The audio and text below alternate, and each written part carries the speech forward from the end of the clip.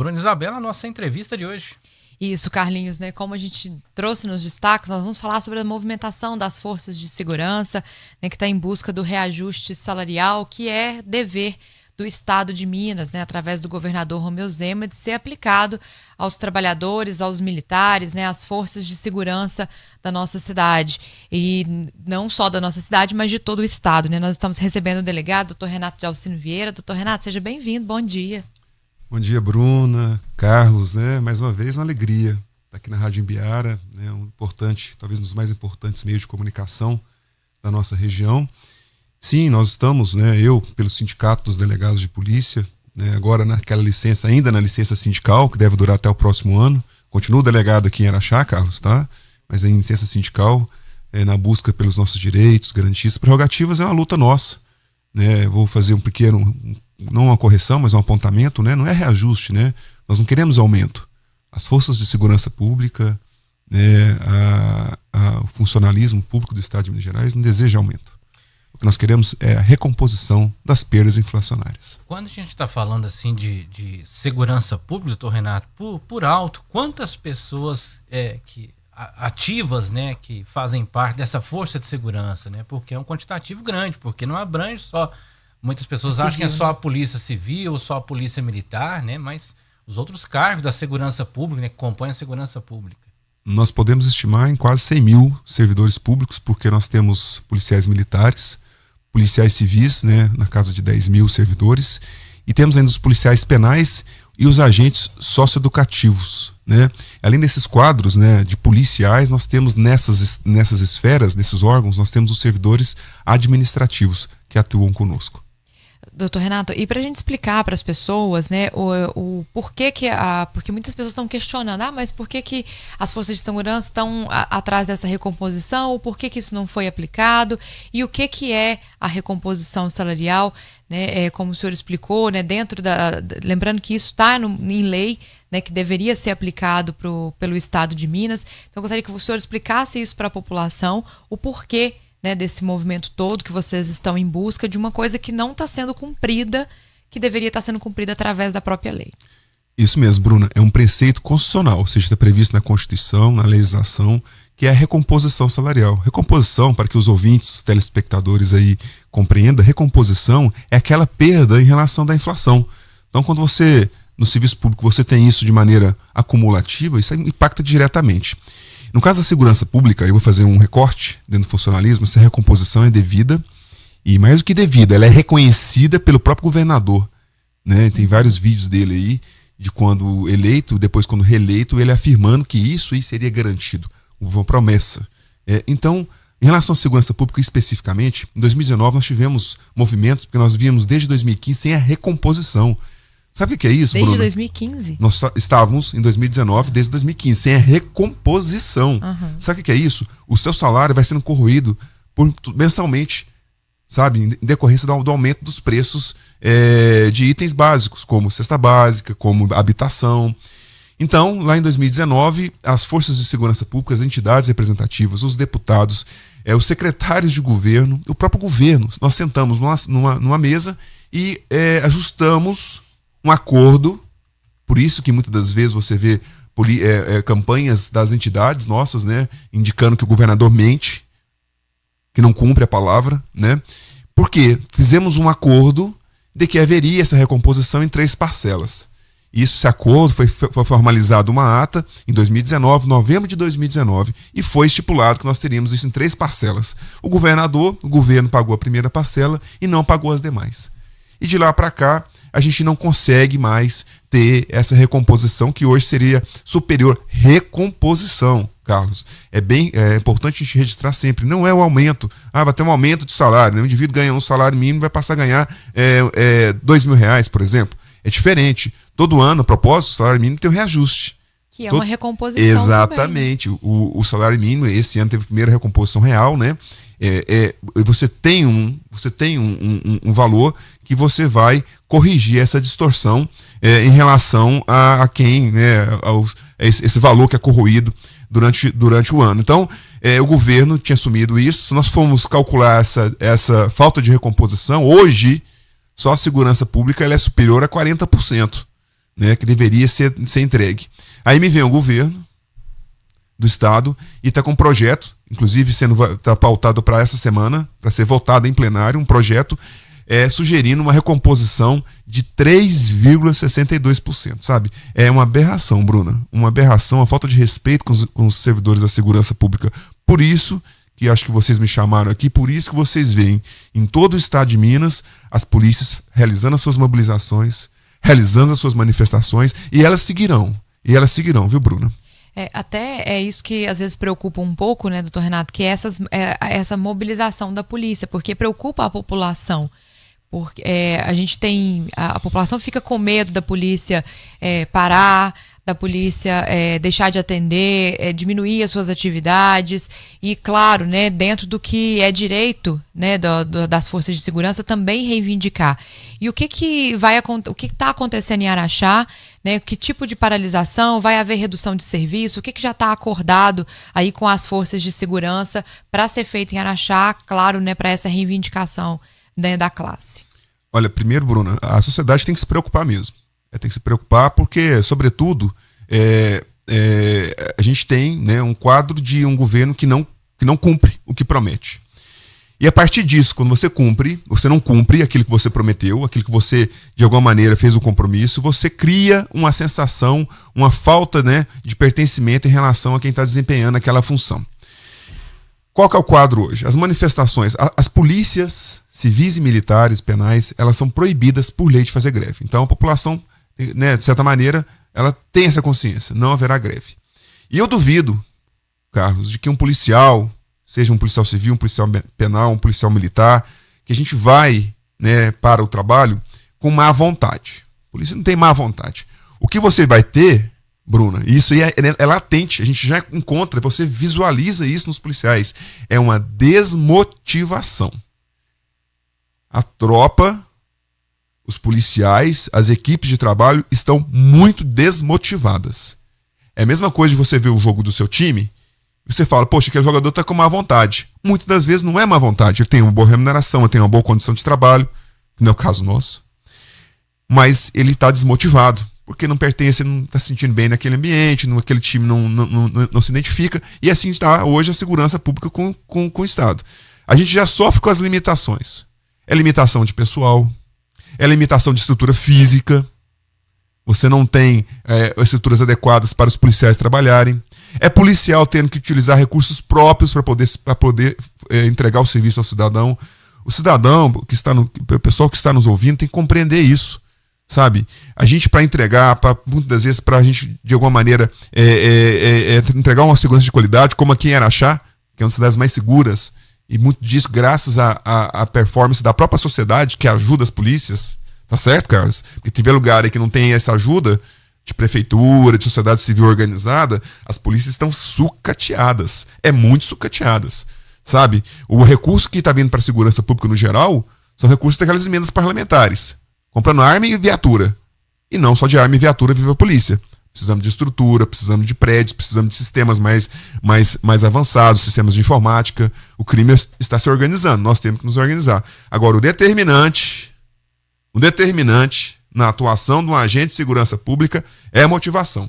Então, quando o policial militar entra na viatura, ele tem que estar motivado, tem que sentir que faz parte, que o serviço é importante para ele, sabe? Que ele está sendo reconhecido. Aí você pega... Por isso que não pode tratar como líder quem está hoje em cima do governo. Não vou passar pano para ninguém aqui não, Carlos. É daqui, o governador é daqui, todos têm um carinho muito grande por ser daqui, tem a família, estou dando história, mas não estou passando pano aqui não, mas não pode ser tido como líder, nem ele nem o vice-governador. Ambos têm todos os seus laços aqui na nossa região, mas não podem. Por que não podem? Porque como é que você pega, faz compromissos com a categoria, igual a segurança pública, nós somos muito fiéis aos nossos chefes, aos nossos comandos, muito subordinados, hierarquizados, então nós acreditamos em toda a nossa linha de comando. Nós somos assim, o policial é assim, mas você não pode pisar na bola, você não pode criar mecanismos para você pegar essas pessoas e jogarem elas no cenário de desmotivação, num cenário que o salário dessa pessoa é corroído anualmente.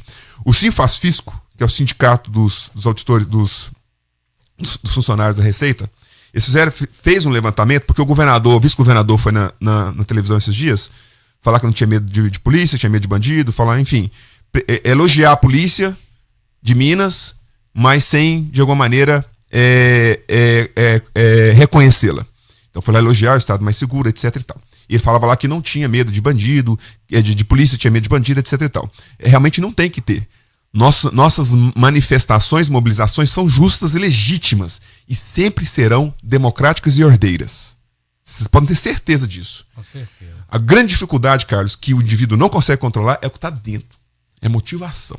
Isso aí não pode. Ele vai lá para falar assim, nós não temos recurso orçamentário. Aí vem o sindicato dos servidores da Receita Estadual, mostrou que existe sim uma possibilidade de aumentar esse reajuste pífio de 3,62, de aumentá-lo em relação ao que foi proposto. As entidades e próprios parlamentares que defendem isso lá na Assembleia, isso está sendo pautado para essa semana. Não sei o quadro, como é que vai acontecer, Bruna, se isso for aprovado, esse 3,62. 3,62. E o pior, que a maioria dos funcionários, ele vai dar 3,62, mas vai aumentar os descontos do IPSENG e do IPSM. Vai ficar elas por elas, ou seja, não vai dar aumento nenhum.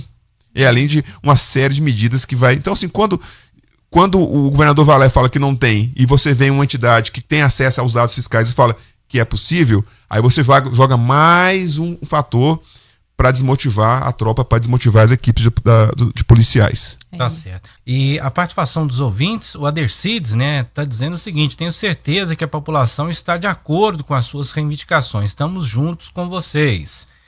A Maria Aparecida Araújo Santos está dizendo: todas as áreas do funcionalismo público merecem reajuste, segurança, saúde e educação.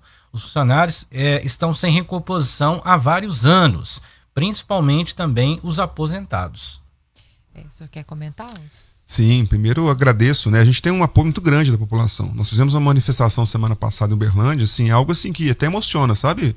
A gente tá assim, o pessoal apoia mesmo, os comerciantes vêm, apoiam, a população vem, sinaliza que eles são a favor. Né? Eles querem uma polícia motivada, que é o pessoal vibrando, que é o pessoal, sabe, executando. Então a gente tem um apoio, então eu agradeço os ouvintes que fizeram os registros, né? E é fato, a questão do funcionalismo, Minas Gerais não paga o piso da educação, por exemplo, e esse reajuste que foi sugerido, 3,62, é um reajuste para todo o funcionalismo público. A gente faz um recorte na segurança pública, aí para o ouvinte entender, quando a gente faz um recorte é porque é dentro da nossa área de atuação, das entidades. E a gente tem um detalhamento bem profundo do que não foi a nossa recomposição. Quando a gente chega e fala, olha, a nossa ausência de recomposição hoje representa uma perda salarial, imagina cada uma das pessoas que estão nos vendo, ouvindo, que são trabalhadores, imagina você ter uma perda salarial real de 40%, que a falta de recomposição é isso.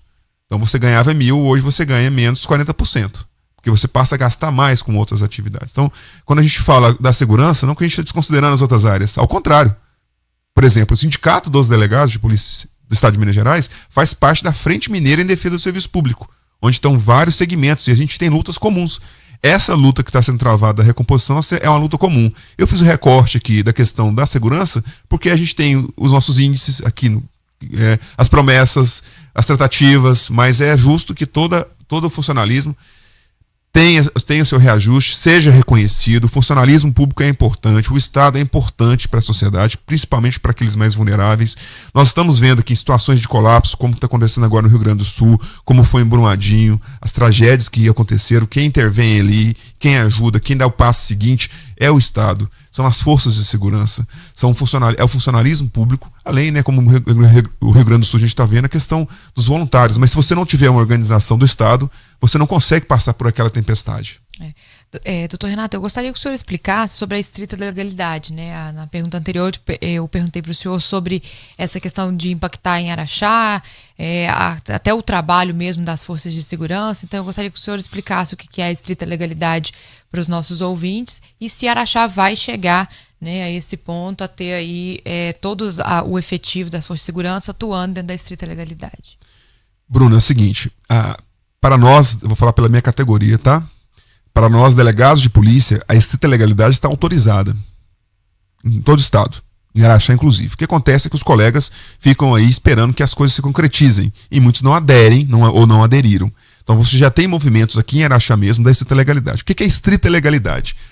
O policial parece tão simples, tão banal, mas é preciso ser dito. Estrita legalidade é que você vai realizar somente aquilo que a lei te determina. Então, se você está fazendo um atendimento, né? Durante 5 anos eu fui delegado do Detran aqui.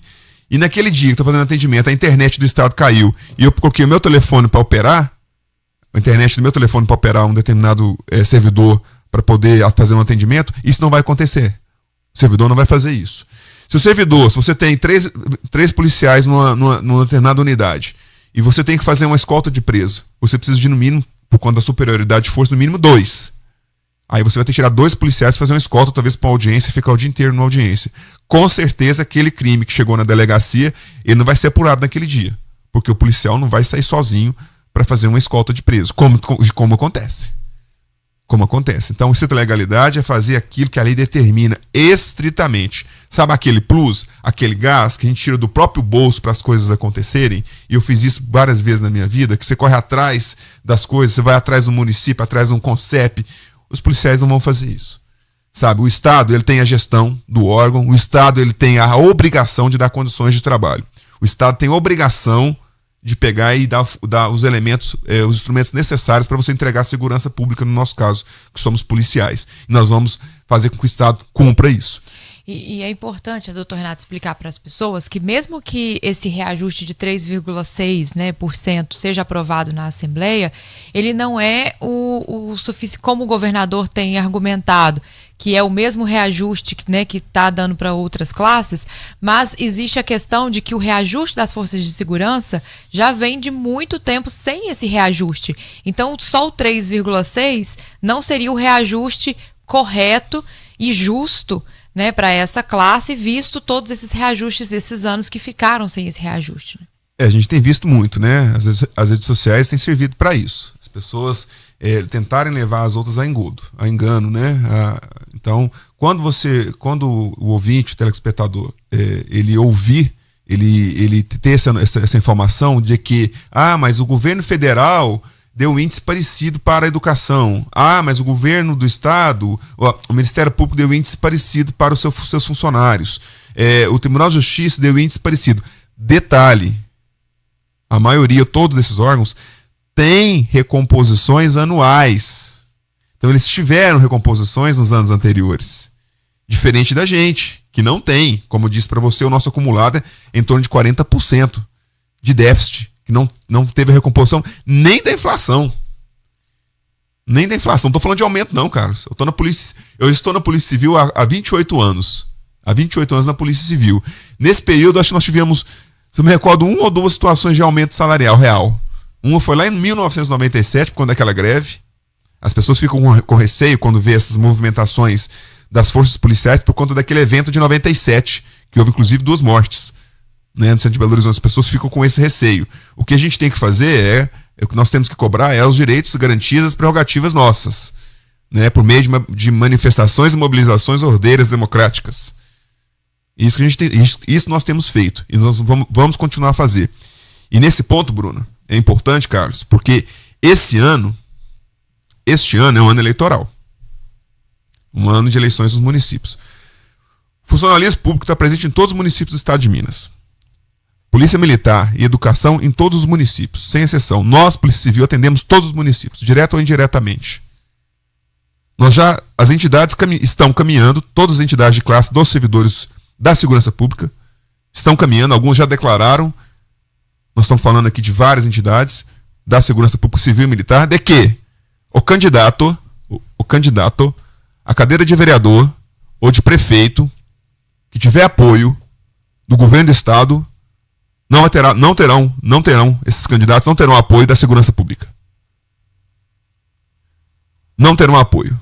Candidatos, mesmo da base, mesmo candidatos que sejam da segurança, se eles tiverem apoio do governo do estado, nós seremos contrários.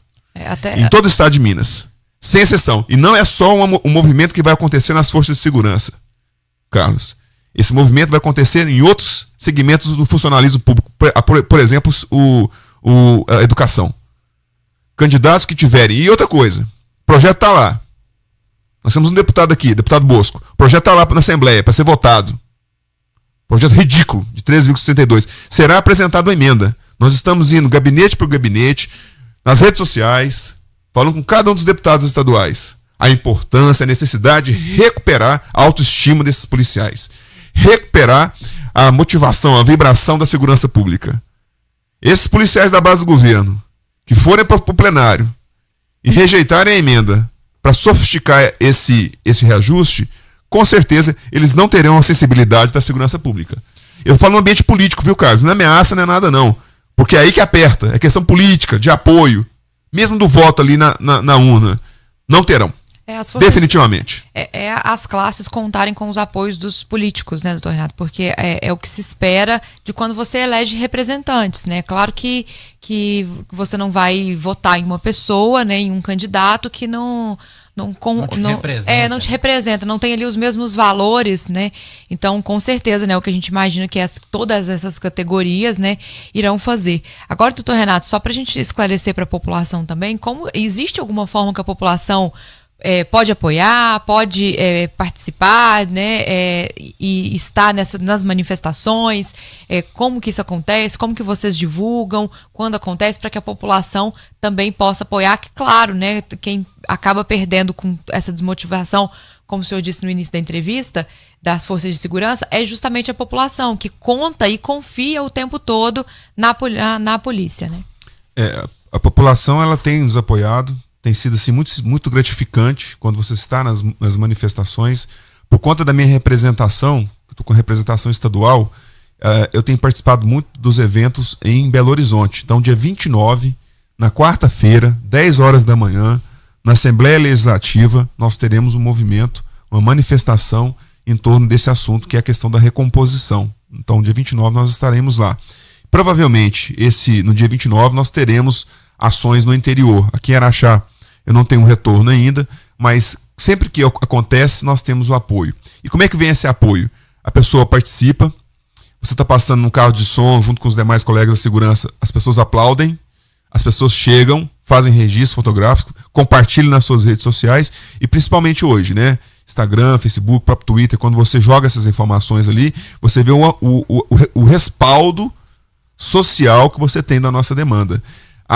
Os mineiros e as mineiras, Bruno e Carlos, os mineiros e as mineiras, eles desejam seguir com essa segurança que a gente oferece. E que se depender de nós, com certeza seguirão. Problema é algo intrínseco, subjetivo. É quando você tem uma pessoa que é o seu chefe, num nível superior, e essa pessoa, ela não cria mecanismos de motivação. Ao contrário, faz promessas, sustenta. Nós temos um vídeo do governador falando, gente, é natural. Ele fala o seguinte, no vídeo dele ele fala, é natural. Na minha empresa lá, todo ano nós fazemos recomposição.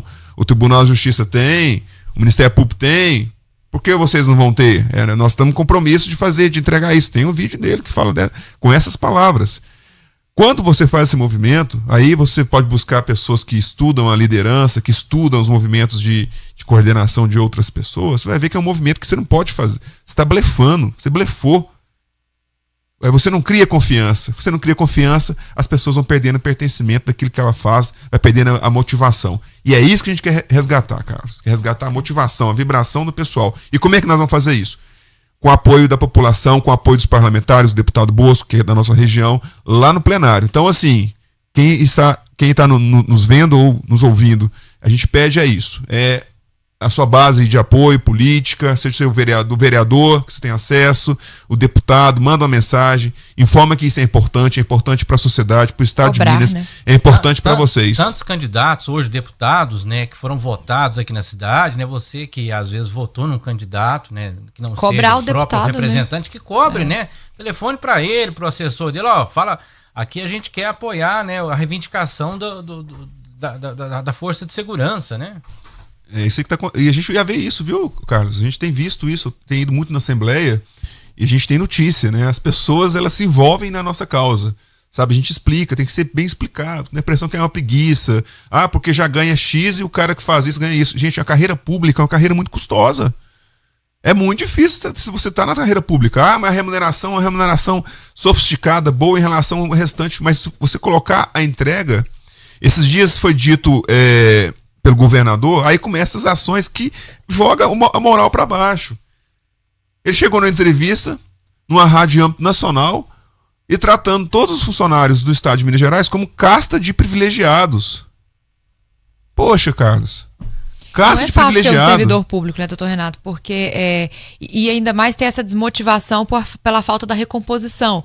Porque a gente está falando de pessoas que se prepararam, que estudaram, que batalharam, os policiais civis, por exemplo, que se dedicaram anos, se debruçaram sobre o curso de Direito para prestar concurso, que para muitos às vezes não é fácil, não é barato, em busca de uma carreira profissional. E essa carreira inclui a recomposição, quando a gente fala que essa recomposição está prevista na Constituição. Exatamente. As entregas que o funcionalismo faz, se você... Porque não tem isso, eu não fico lá comparando com a iniciativa privada, então vamos comparar. É duas grandezas que, no meu ponto de vista, é difícil de comparar. Seja privado e serviço público. Tem pontos de contato, mas é difícil de comparar. Mas eu vou comparar porque eu preciso. Tá? O Renato, o delegado Renato. Eu tô aqui em Araxá há 8 anos. 5 anos que eu atuei aqui... Em 5 anos que eu atuei, só nas ações que eu realizei de combate e desvio de recurso, de combate à fraude à tributação, Operação Noex, Malebold, Holdini, só essas 3 operações pagam o meu salário minha vida inteira, pagam a minha aposentadoria e pagam no meu filho. Você compreende? Então, ser servidor público... O retorno que dá, né? É o servidor público motivado, capacitado. O colega que está trabalhando agora... da polícia militar, que está dentro de uma viatura agora, trabalhando, ele com certeza está evitando dilapidação de patrimônio, público e privado. Você compreende? É algo que você não consegue nem mensurar, Bruna. Você não consegue mensurar. Eu consigo mensurar porque quando eu fui lá, fiz a operação, você consegue ver o que foi desviado. Eu fui lá, fiz a operação, vi o que foi fraudado do sistema tributário. Aí você consegue aferir. Agora, se for buscar num ambiente que você nem consegue, que é uma ação de trânsito. Dia a dia, né? Isso, uma ação de trânsito. Você faz uma ação de trânsito, torna o serviço mais acessível. Olha o tanto de recursos que você economiza para quem pede aquele serviço. Se você vai lá e consegue. Você compreende? Isso aí nem é possível aferir. O trabalho, né, o que volta para a população, o que volta para o poder público também. Doutor Renato, quero agradecer. Você tem sim. Participação? Participação aqui dos ouvintes também, manifestando aqui. A Rosângela, ela diz o seguinte, doutor Renato, fecho com vocês, sou funcionária pública, né, e concorda aí, né, que precisa dar um gelo na classe política, né, que não apoia o movimento. Também o nosso ouvinte aqui, o Fabiano Goulart, ele trabalha na CEMIG, ele está dizendo, estamos há 5 meses sem acordo coletivo, devido a uma recomposição salarial de 4%. E ataques ao plano de saúde. Em 34 anos de empresa, nunca presenciei uma condição dessa, né? E também declara aí o apoio à causa da segurança pública. O senhor Romeu, ele é militar aposentado, né? Ele está dizendo, parabéns, doutor Renato, por essa luta justa, legítima e necessária a todos os servidores de segurança pública. Eu vou fazer só uma parte, se vão me permitir, vou gastar 2 minutinhos aqui, me permitam. Eu sei que o tempo de vocês aqui é caro. Mas aqui, tratou da CEMIG, né? Da CEMIG, da Copasa. Eu estou convivendo muito com esses grupos, né? Com as entidades. E aí você consegue, eu preciso compartilhar isso com as pessoas. Você consegue perceber as maldades. CEMIG e Copasa. Até um vereador aqui é um dos grandes que fica expondo as questões da Copasa, por exemplo, né? Nós temos aqui. Mas quando você vai conviver com essas pessoas, você vê a maldade, Carlos. O Estado para de investir, o Estado desmotiva as pessoas não dando os direitos delas, como o colega falou da CEMIG, né? Tirando o local de trabalho, como tá vendo o prédio da CEMIG lá, você vai desmontando de forma muito engenhosa aquela atividade para você dizer que no futuro, olha para você ver, é ruim, não presta. Mas você que tem a gestão, você cria mecanismos para aquela atividade, seja de energia ou de saneamento, de água ou saneamento, aquela atividade, ela perca toda a sua estruturação. Para você falar, olha, para você ver, na mão do Estado não funciona. Sendo que o Estado é o próprio cara que devia estar investindo lá. Na mão do Estado não funciona, tem que privatizar. Olha as maldades. Tá certo? Então é importante que a população perceba. Quando você percebe que um serviço não está legal, isso tem nome e sobrenome, tá? Governo do Estado. Não é aquele indivíduo que vai na sua porta lá para fazer o reparo da elétrica ou então da questão de água. Porque muitas das vezes esse indivíduo vai estar igual o colega inseriu aí. Ele vai estar sem os seus direitos, sem as condições mínimas de trabalho. Então, assim, existe uma maldade. Eu vou sucatear para vender. Estamos aqui com o exemplo da Codemig, né? Codemig aqui, né? A Codemig estava sendo, na proposta, no plano de recuperação fiscal que está arquivado, né? Estava tramitando na Assembleia. A Codemig estava lá estava explícito que ela seria privatizada. Bruna. Que é uma das maiores arrecadações Bruna, do Estado, galinha né? de ovos de ouro do Bruna, governo. vocês, araxaenses, nós que estamos aqui com os nossos filhos, nossas famílias, o governador daqui, o vice também, não perguntou para ninguém de Araxá. O que você acha de se privatizar? Para ninguém. Bruna, para ninguém. Tá aqui debaixo dos nossos pés. Perguntou para ninguém. Vamos privatizar. Quais os reflexos disso? Nós tivemos uma audiência aqui, chamada por uma vereadora. Quais os reflexos disso? Gente, são terríveis. E nós não fomos escutados. E agora veio uma alternativa, que é a federalização. Continuaria na mão do ente público. Sabe? Tem uma alternativa. Mas se não for essa, a outra alternativa seria privatizar. Você compreende, cara? Que você leva o recurso dos estados para... Falávamos aqui muitas vezes, né? Aqui, Talvez o compromisso que tem o poder público hoje com a cidade, onde está aquela empresa, quem é particular quer visar o lucro, né? Fala, não, comprei, paguei. Tô vendo aqui, ó. Daqui eu consigo ver a serra lá, ó, de mineração, né? De vez em quando some uma, aparece outra, e a gente não joga luz sobre isso. É um problema. E até mesmo para a federação, né? Administrar toda essa verba, né?